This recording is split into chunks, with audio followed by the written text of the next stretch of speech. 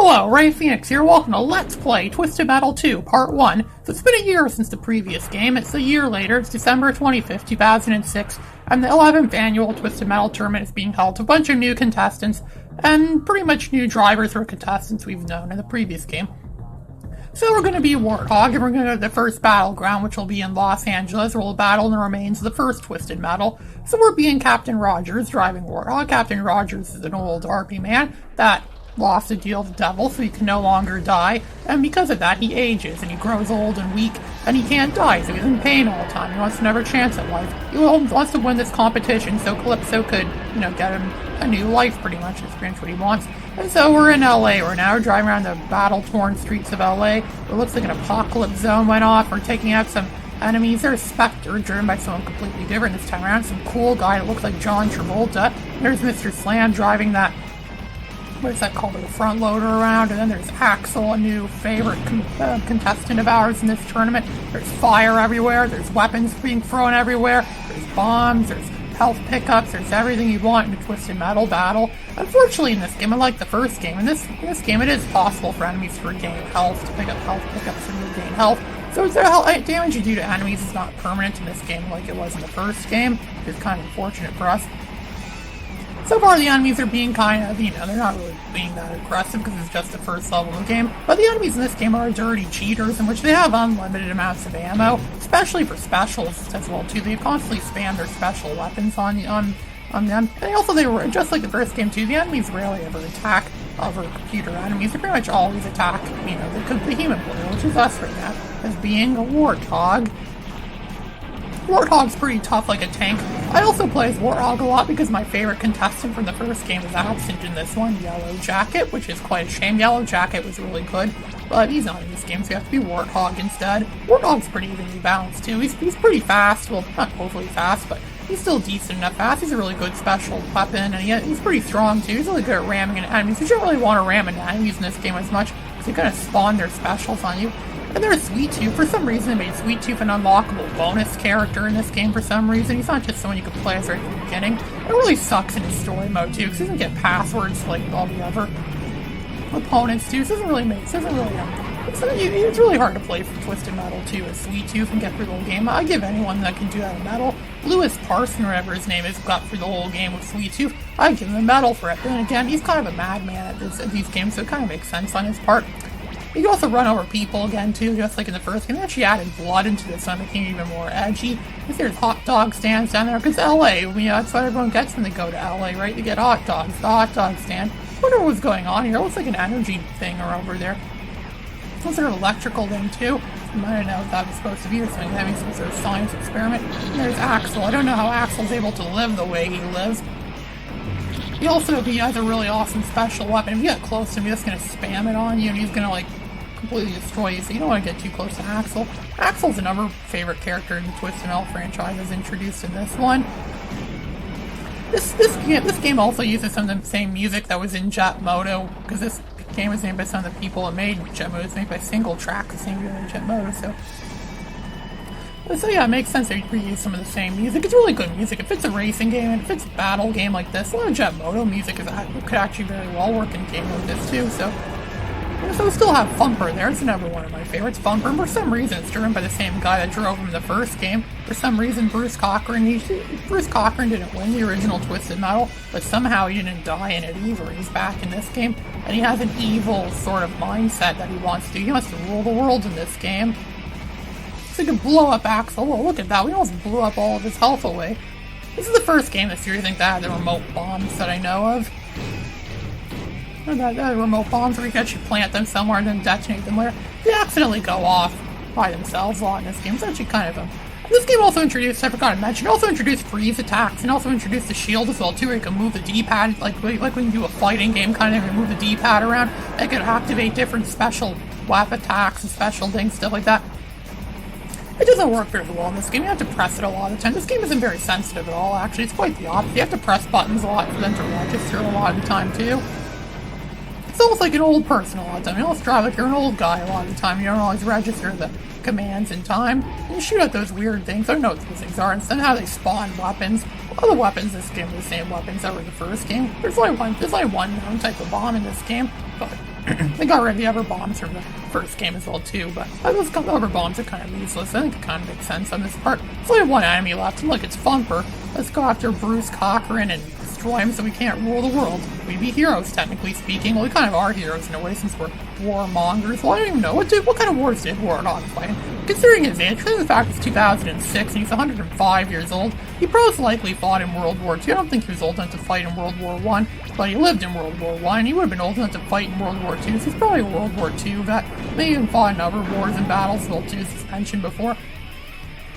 But yeah, but this is some new kind of war. Twisted Metal. Twisted Metal is kind of like a war in a lot of ways. A war against your opponents. A war against other bad guys, pretty much. Well, they are bad guys too. Pretty much everyone in this game can be considered a bad guy in some sense, because they're basically soulless murderers that just rapidly murder people or just mindlessly destroy people. So now we won the first battle. We're going to go to Moscow, the Suicide Slide. This is going to be the first time the entire Twisted Metal franchise where we ever battled in a battleground. That was not in LA, because the entirety of the first game was set in LA, and that first level we just played was set in LA. But now we're going to leave LA. We're not going to see LA again in this game, because now we're in Moscow, where we're going to go to the Suicide Slide, where it's going to be all hectic and all filled with destruction and mayhem, and I think Mr. Grimm just got killed right there. Mr. Grimm barely stood a chance at all. I wonder why Mr. Grimm is one of the most popular characters in this game. He's weak as hell. I never really liked Mr. Grimm that much for that reason. He's really fast. He has a good special weapon. But what good is that when you keep getting killed? It's actually more ideal to have a car like Warthog, where he's big and strong, and sure, he's a moderate-sized target, but he still is pretty fast. He still has some pretty good weapons too. And fun fact, Mr. Grimm, Warthog, and Sweet Tooth are the only three contestants that appear in all the Twisted Metal games. A lot of that's due to Twisted Metal 4 having a mostly unique cast of characters. As they're driving around this bowl, pretty much looks like a really large bowl. It probably fills up with water when it rains. I think this must be some sort of Soviet missile silo or something like that. It was supposed to be, I don't know, some sort of missile weapon center. I don't know. You can see there's a sign that Sweet Tooth is good or something. There's Sweet Tooth rules or something that written in Russian. Yeah, it's on that sign in the background there. It says in Russian, Sweet Tooth rules, the Sweet Tooth is good. I hear if you destroy one of those signs, it unlocks a bonus level. It was interesting. There's a lot of unlockables in this game, but all the unlockables in this game are done in the form of where you could get a password. Sure, the password on the screen, you have to write it down, and then you could pretty much enter it in whenever. But the reason for that being is, with Twisted Metal 2, just like the first game, this game makes absolutely no use of the PlayStation's memory card. It saves only using passwords. The good thing is you don't have to worry about dealing with memory cards. Memory cards can be hard to deal with. They don't save very much space. There's a lot of other games that make better use of them, so they actually were a lot of benefits. And the good thing is, too, if you're switching consoles, you don't have to worry, especially their emulator consoles. For example, I play this game on my PC a lot, my Windows HP PC a lot of the time, and sometimes I play this game on my Raspberry Pi. I've actually been playing this game on my Raspberry Pi a lot more, so I don't make much of a fuss about the music. That's a whole other story. But the thing is, when you switch between system to system, I don't have to worry about my memory getting lost or memory like switching or not getting switched over because of passwords. I just enter it in and voila, there you are, just as easy as that. For some reason, the music in this game is saved on the CD as like music tracks on CD, just like all the other Twisted Metal games. Or if you take this game CD and put it into your computer, you can play all the music from this game on your computer. And the thing is, for some reason, when I play it on the Duck Station, or what was it called, the Duck Station and in RetroArch, for some reason, it's really fussy about getting the music tracks to play. Sometimes it doesn't even play them at all, which is mostly the case. I have to put a big fight for it to get it to work. But when I play on my Raspberry Pi, it always works the first time I've had a fuss. That's another major win my Raspberry Pi has over my Windows PC. That Raspberry Pi is really something. I totally gotta make a series of videos on that someday in the future. Doing stuff with the Raspberry Pi. I bet they would have been all over that if it was around back when Tech TV or ZD TV, back when that was a thing, if Raspberry Pis around then. But no, Raspberry Pis aren't first around until 2012. So we just killed Roadkill, as you can see there.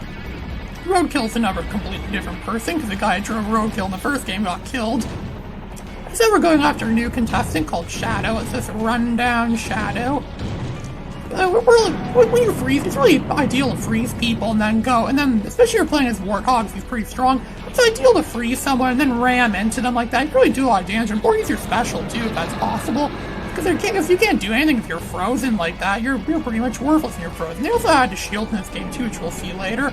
We almost won. Axel is low on health. I think he's gonna... Ooh, there's a health pickup right there. And oh, look at that. See, look at that. I just did it. See, this is an example of what I was talking about earlier. It's possible for enemies to regain health in this in this game, the damage you do to enemies in this game is not permanent. They do regain health, which is quite unfortunate. Well, maybe in some ways actually is kind of more realistic, because now it makes it more fair. But what's fairness in this game when all your enemies have, infinite amounts of ammo, infinite amounts of weapons and ammo for their weapons like that? What good is that? That actually makes it, ooh, that's got a full health in there. That was lucky. Well, yeah, that's exactly what it's like. It's like, this game isn't really fair in that sense. This game actually would be more fair if it gave us unlimited weapons and stuff like that, too. It would make the game more fair. Or they should give them limited weapons as well, too. Because, like I said, the computer players in this game, the AI, they're complete dirty scumbags. They cheat like hell. Well, Axel is dead now, and all our enemies are toasted. So, congratulations, we won the battle. Now we're going to Paui, the Monumental disaster. We're going to really see the one definitive moment, the one thing that really made Twisted Metal 2 what it was. It's quite possibly the most famous level in the entire Twisted Metal franchise, Paris, the Monumental disaster. We're going after another group of enemies again, as per usual, and so it's giving us a password on the screen too. You start with Warthog, and the passwords are unique to the individual characters in this game. It's like in the first game where you just get one password for it. It works for any character. You select your character, enter that password. In theory, you don't have to play the whole tournament as the same character. You switch during the tournament and play the rest of a certain character. But this game, you have to play the whole tournament as that one character. And it's a new set of passwords for each player. Look at that. I detonated that bomb and I just blew up the Eiffel Tower. Look at the Eiffel Tower being destroyed in the background. The Eiffel Tower is no more, and Hammerhead's ramming into me. Axel is back again. Axel somehow survived that battle. There, look at that. We made a bridge out of the Eiffel Tower. We destroyed the Eiffel Tower. That's probably the most famous thing in this game. The greatest, most famous thing this game ever did. It's like, some people consider it to be the greatest thing the PlayStation in general is capable of. Look at that. The Genesis never was able to do that. The SNES is never able to do that. And now it's 1996. Gaming systems are way better. They're way far superior to what they were before. And now they're capable of so much more than what anything we ever thought was before possible. And so there's a teleporter path. I think teleporter paths are new in this game too. I don't think we had any teleporter paths in the original Twisted Metal. So yeah, they were kind of first introduced to the game. A lot of people say this is the game that truly made Twisted Metal what it was. The original Twisted Metal was just like a proof of concept prototype, but this is where we really see what Twisted Metal truly is. We travel the world, we battle our enemies, and we get all sorts of freaky weapons and all sorts of fully innovative battlegrounds, and we could drive around and we could blow stuff up and destroy stuff. The original Twisted Metal didn't really reflect on that much. This game does, which is what truly makes this, the ultimate classic masterpiece that it is. And there's also there's that thinking man statue that we just destroyed too, some sort of philosopher, I think. There's Outlaw 2. It's not Outlaw anymore, it's Outlaw 2. The original Outlaw won the last year's tournament and is now somewhere in space, apparently. So now we have Outlaw 2 to deal with. My father showed me a cool trick in this level where you could park right here, and eventually sometimes the enemies will spawn up here, and then you could, get them through machine gun, get them for weapons you have, and really do some damage against them. They don't always do that, though. It's never interesting, too. Like the first game, your machine gun is infinite in this game. You just constantly spam it as much as you want. It never gets overheated. It never runs out. It never does anything. Your machine gun could always be used whenever, for as long as you could use a machine gun. You see, we just got Axel right there. We got Axel's health is really low right now. I don't think Axel's going to come back up here. His health is low. He probably realized he's probably looking for health recharges now or something like that because how low his health. But Twister still has a full set of health. So Twister is most likely going to come for us. But I don't think she's smart enough to do that. So yeah, I don't think anyone's coming. This trick doesn't always work. It only works sometimes, and, sometimes isn't always good enough. So let's just go and see if we can find some health pickups, too. So our health is kind of low, too. We're kind of beat up now, too. There's only two models for the different cars. It's one normal and one when it just gets beat up, and that's it. There are not multiple models for it getting beat up like it was in the first. I think actually some of the first team did those a little more original than this one.